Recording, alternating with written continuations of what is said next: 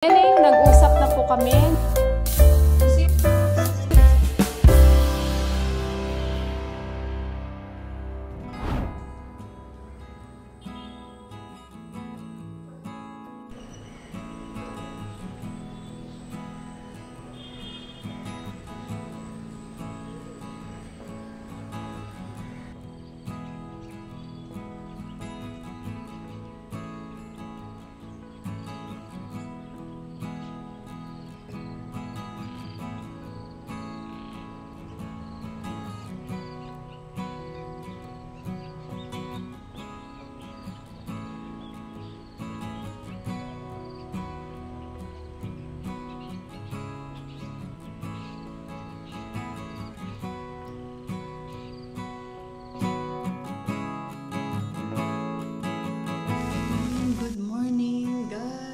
So, nakita nyo, ang aga ko minasahe yung ating siopaw. Kumusta kayo and happy Monday po sa ating lahat. Naglalaga na po ako ng itlog. At saka ngayon, himay-himayin ko na itong ating filling sa siopaw. Si Inday Neneng nasa Singapore na po siya. And 2 hours ata yung layover nila. And then sabi ko konting tiis na. At makakarating na kayo ng baby mo sa Pilipinas. So, ayun. Sa General Santos, yun ang sabi niya sa akin. After sa Manila, darating siya sa Manila, 1 o'clock in the afternoon. Tapos darating naman siya sa General Santos is 5 p.m.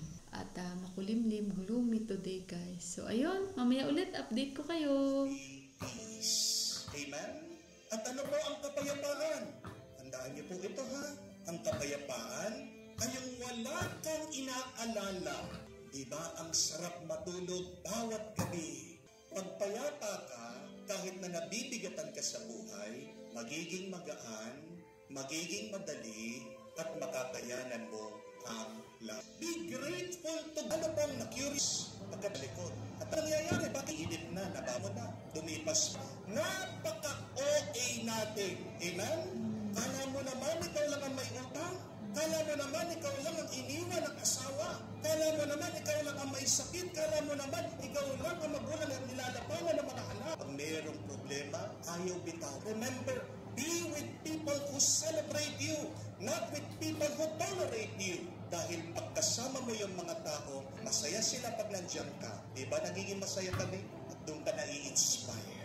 Be with people who love you, who celebrate you. Be with the right people.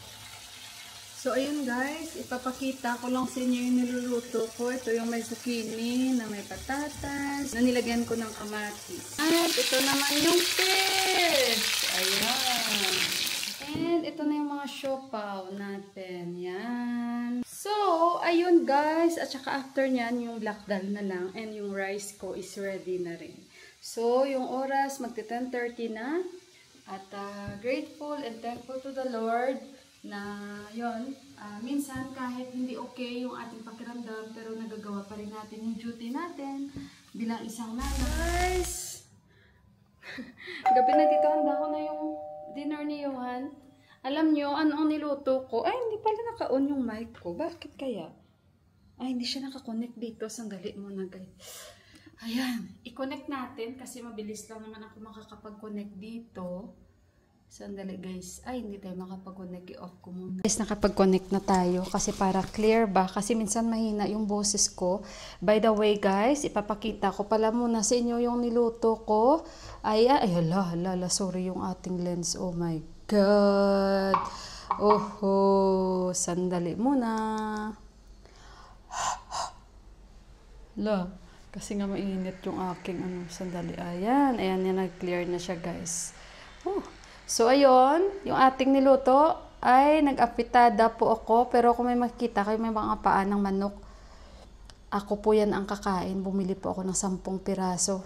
Nakita ni Johan. Sabi niya, Mama, what is that? Sabi ko, you know it already. My favorite. So, ayan guys. Ang aming kakainin for tonight. At saka, matatawa kayo sa akin. Anong nilagay ko na sauce? Spaghetti sauce. Yung binigay sa akin ni Inday Neneng. Speaking of Inday Neneng, nag-usap na po kami, nasa bahay na po siya nila. At ayun, nagpapahinga-hinga. At yung mama niya busy, nagluluto. O diba, ibang-iba talaga. And sa inyong lahat na nag-wish or mga wishes nyo para kay Inday Neneng, maraming salamat po. Yan ay pinapaabot niya po lagi ang pasasalamat sa inyo. And alam niyo naman si Inday Neneng ay hindi po siya pang social media. Mahihain po si Inday Neneng. So sa mga nagsasabi, sana mag-vlog na rin siya. Actually, inaano namin yun, no? In-encourage namin si Inday Neneng. Kaso lang, hindi po talaga siya parang, tinatry niya naman pero hindi natin alam guys, hindi natin alam. So let's see na lang. And sa ngayon, yan muna, abangan na lang natin yung pagbabalik. At sa mga nagtatanong, bakit kailangan niya doon manganak, hindi dito. Alam nyo kasi guys, as an experience ko rin, napakahirap po talaga, napakahirap po manganak dito na winter. Lalong-lalo, hindi po tayo sanay sa weather nila. Okay lang sana, no, kung medyo advanced yung Nepal, like for example, sa bahay, yung ganun ba guys, may mga heating, system sila. Kaso wala dito eh. So, ayun, and lalong-lalo si Inday Neneng, yung pagbubuntis niya ay very sensitive po, and especially yung cravings niya is inahanap talaga yung Filipino foods nung baby guys. Yun ang hinahanap ng bata. So marami siyang cravings na minsan hirap talaga sila hagilapin kahit sa mga dahon-dahon lang. So yun din ang isa sa mga rason. And syempre, maalagaan po siya ng maayos, lalong-lalo na ay bata pa po ang mga magulang niya, especially yung mama niya guys. At alam nyo naman, iba ang pag-aalaga ng isang nanay sa kanyang anak. So ayun, may sasagutin lang din ako. May tanong lang po siya sa akin kung bakit sa Nepal po ako nanganak. Curious lang din po siya. Decision ba namin or choice namin? Wala po talaga akong choice dahil una po namatay na si mama, and yung papa ko hindi naman siya ganun na talagang alam niya kung paano ako lagaan.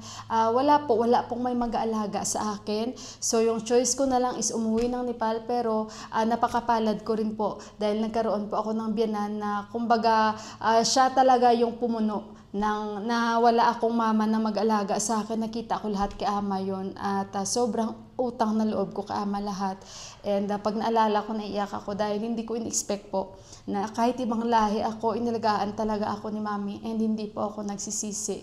Mula nung ipasok ako sa operating room, andyan yung binan ko, nag-aantay sa pintuan. Andyan talaga siya hanggang matapos, hanggang lumabas yung anak ko. Dahil si Deepak darating pa siya the next day po, dahil hindi po kami pwedeng magsabay. Gawa nga po ng schedule namin sa trabaho at yung company namin ay hindi po pareho. So ayun, I hope nasagot ko. And yung asawa ni Inday Neneng, again, pupunta po siya or uuwi po siya ng Pilipinas pag nanganak na po si Inday Neneng guys. So ayun, tingnan na lang natin at i-update ko rin kayo kung si Inday Neneng ay mag-update din po sa akin. Hayaan nyo at for sure naman mag-share yan si Inday Neneng ng update sa buhay niya, kasi araw-araw naman kami sa ngayon nag-uusap na, nag-update din po siya. Okay guys, may dala si Deepak. Nilagay niya dito sa harapan ko. Alam niyo yung amoy nito, parang yema. Pero ito ata yung kinain natin nung last na matamis, pero kakaiba.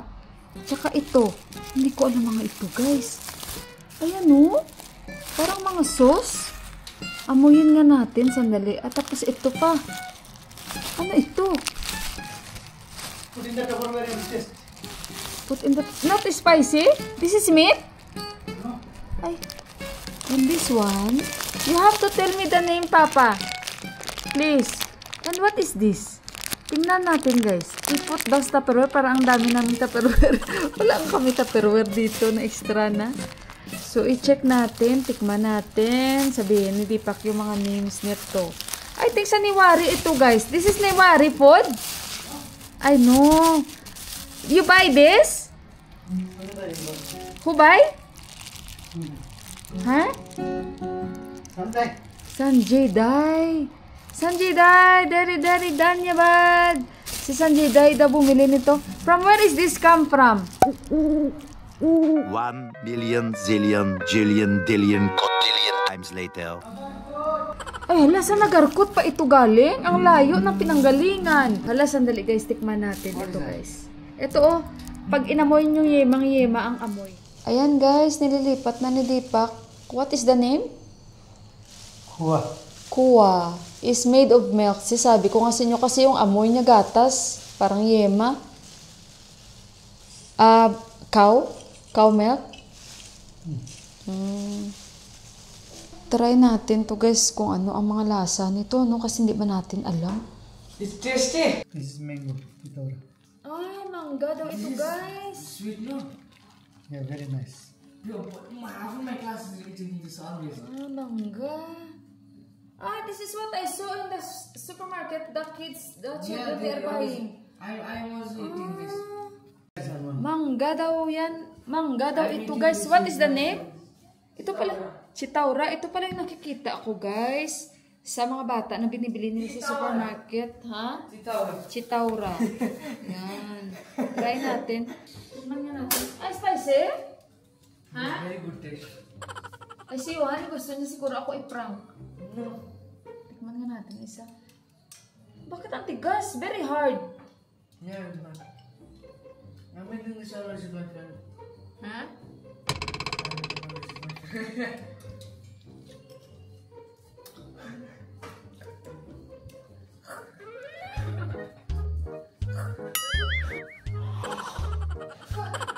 Hindi siya pwede ito sa atin. Sobrang asim. Ano naman ito, be? What made of this? What made of this? You can dip this one.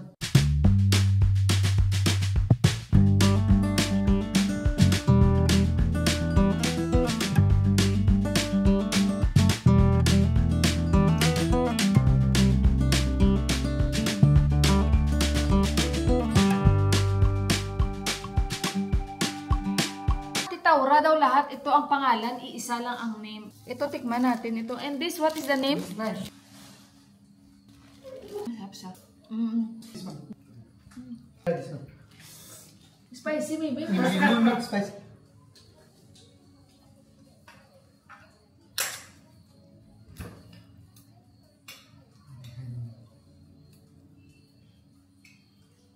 You know that one. Eat that one. What is that? Guys, parang sampalok. Sampalok nga. So, dito. Okay guys, so ayan na yung mga pagkain na dala ni Deepa. Thank you, Sanjay Day. So ayan.